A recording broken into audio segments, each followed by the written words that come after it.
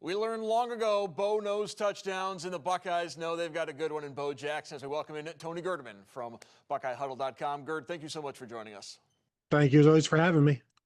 Bo Jackson better in Tecmo Bowl or in real life? Well, Bo Jackson in Tecmo Bowl is better than anything in real life, so that's a tough hill to climb for anybody named Bo Jackson. Let's talk a little bit about this stable of running backs Ryan Day has developed, as it's pretty certain that they're three deep, and a lot of folks are saying it should be Bo Jackson the starter, but there's still things that C.J. Donaldson and James People bring to the table. Yeah, and I think one of the things that has happened the last 2 weeks with Bo Jackson rushing for 100 yards in each game on just 9 carries is that James Peoples has begun to step up as well, averaging 6 or 7 yards per carry in the last 2 games.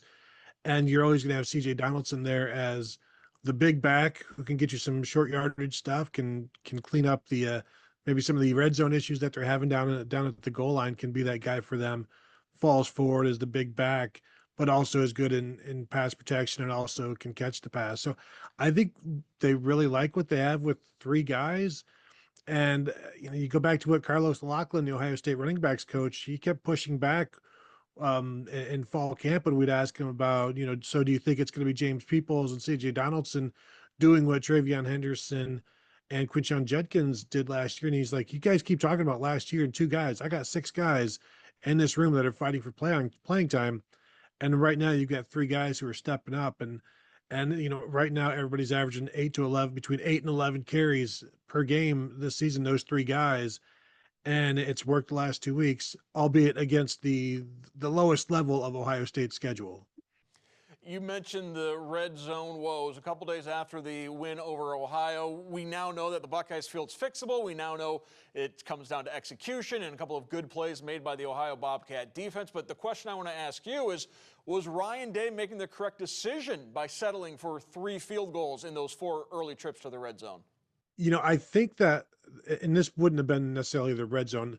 The second time the first time they chose not to go for it on fourth down, that to me was sending a message to the offense. Like, if you're not going to pick up something on third down, then or on fourth down in the first drive, then I'm going to take that option away from you and I'm going to kick the field goal.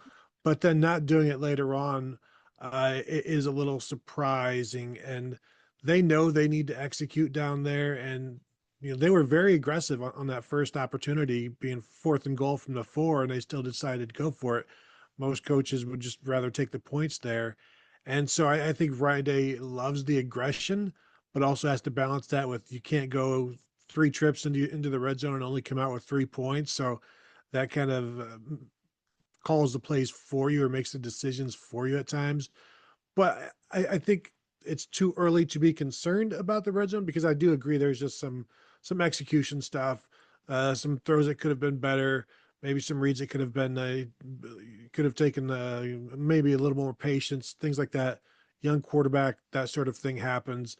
I think they'll get it cleaned up, but again, they better, because the schedule is going to get more and more difficult, and every red zone opportunity is going to be one that you have to capitalize on.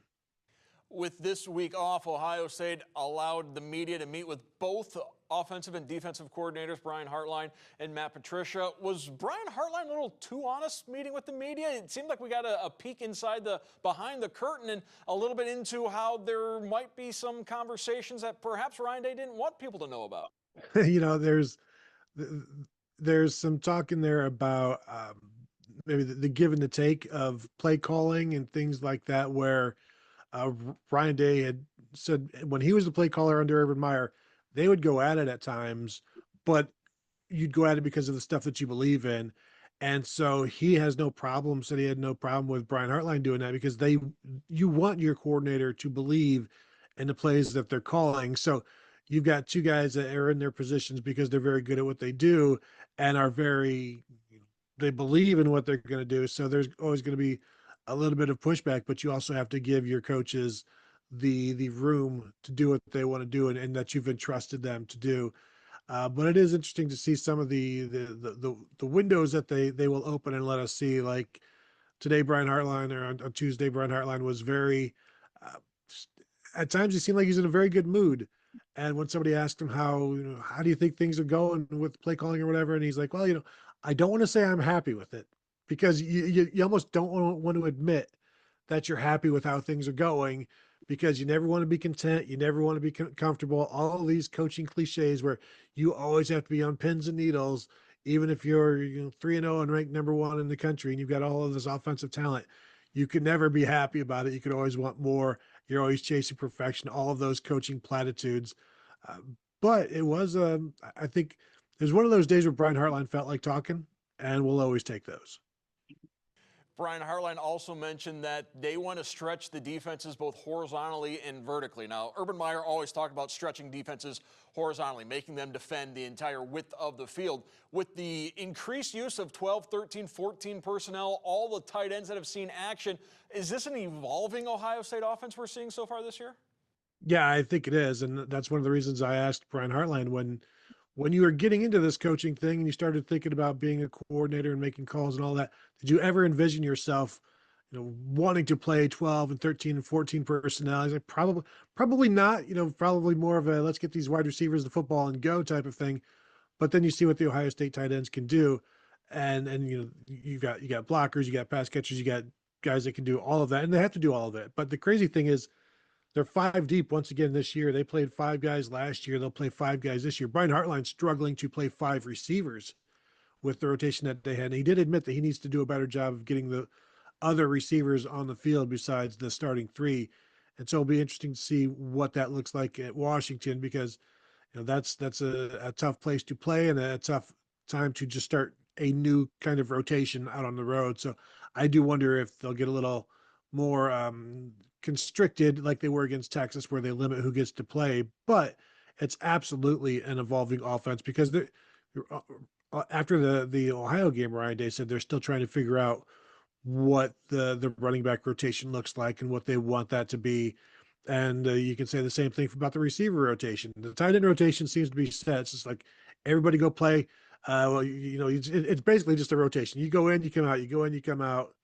And the other positions are trying to figure that out. And I still think they're trying to figure out what's going on at right guard there, maybe. But yeah, it's an offense that's going to get better and better, and it's an offense that defenses have to account for all of those different packages, because these are not just specialty packages. They can throw 14 personnel out there at any given time with four tight ends, and it's like, well, this is not a base defense type of situation. And so how does the defense adjust to that? And then the next play, they're gonna bring out three receivers. Then just the constant gamesmanship of what Ohio State can do, and defenses having to account for that, is, I think, is pretty fun to watch.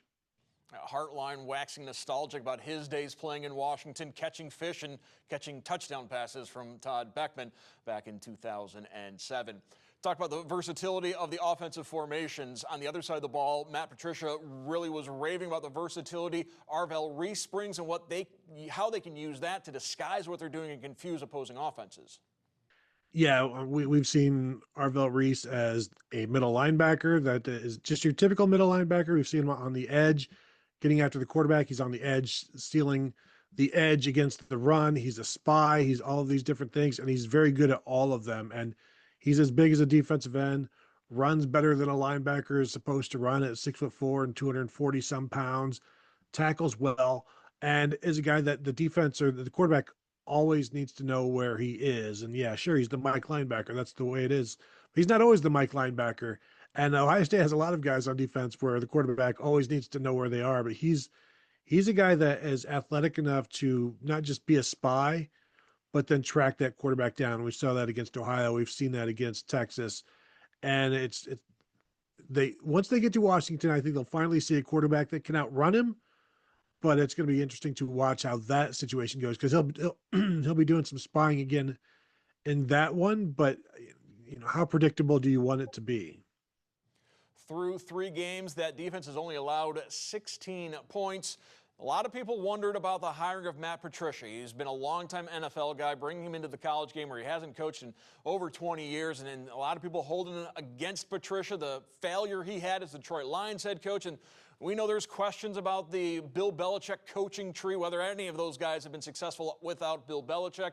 But through a month into this season, Matt Patricia is enjoying the college game. And right now, Buckeye Nation is enjoying having Matt Patricia in the college game as well. Yeah, what I would advise people not to do is go back on, let's say, Twitter and look at the reactions when the hiring was made official or started to be rumored, and contrast that with what they're saying now, because there's every reason to be happy with what the Buckeyes have done, and every reason to be happy with the way the personnel has been able to adapt to his scheme, because this isn't just him calling Jim Knowles' scheme. Like, we thought coming in, all of the assistant coaches were the same except for him, so he would kind of, meld into what they do. And really, as he said on Tuesday, the back end, a lot of the back end, a lot of the coverage is similar from what they were doing before, but all of the stuff near the line of scrimmage is kind of different, because you've got a bunch more odd fronts, which Ohio State started to do a little bit more towards the end of the season, but they weren't putting Arvell Reese on the line of scrimmage like they're doing now. They weren't doing a lot of things like they're doing now. And that's one of the reasons Texas had such a difficult time, is because they were seeing all of these things for the first time. This was not stuff that was on film. And yeah, this is just the beginning, because this is a smart defense that can handle more. It's just, you don't want to get to the point of giving them too much. And I remember back when Greg Schiano was the defensive coordinator at Ohio State, talking to him a couple times where things weren't going well, and then I'd ask him, have you maybe given them too much? He's like, no, no, no, I don't think so. And then, maybe the next week he'd be like, yeah, we probably gave them a little too much, that sort of thing. And so you want to avoid that, but they've got some really smart players at some very important positions. Caleb Downs, Lorenzo Styles, or Sonny Styles, and shoot, Lorenzo Styles as well, for that matter, Arvell Reese, but then these defensive linemen as well. Like, everybody is comfortable doing what they're asked and capable of doing more. There's an old debate in football. Is there ever a good time to have a week off? Do you want to lose your momentum, or do you want to take some time to rebuild and get ready for what's coming ahead? And I think Ryan Day is a little bit grateful to have this week off at this point in time, because they've gotten through the first 3 games. Now the next 4 games, all Big Ten games, 3 of those on the road. Yeah, it's the Big Ten, I think, did them a solid in this one, gave them an off week before they head out west, and this will be the best offense they've seen, or the most skill they've seen since the Texas game, and they're going to have to prepare for that. And a very different quarterback than they've seen. I mean, it's similar to what Ohio did, but with a much better athlete, and DeMond Williams at Washington, he's not the biggest guy. He's probably 5'11", but he'll run a 4.4 and he'll run it by you, but he can also throw it. He's got a big arm. And then, that's just one of the road games. They've got 2 others in there, like you said. And it's an opportunity for them to, okay, the first 3 games are done. Texas is done. The preseason is done. Now we get into Big Ten mode, and you got 4 games, and then you'll have another break. I think it sets up well for them. It's early for a break, but also, if you're going to have one, this is probably where they'd want it before the Washington game, before their biggest next test out west. And as Ryan Day said, it gets a chance to get the players off their feet, and it gives the coaches a chance to get out and recruit a little bit during the season as well. I want to thank our guest, Tony Gerdeman from BuckeyeHuddle.com, for joining us. Tony, thank you once again. Thank you for having me, Mark.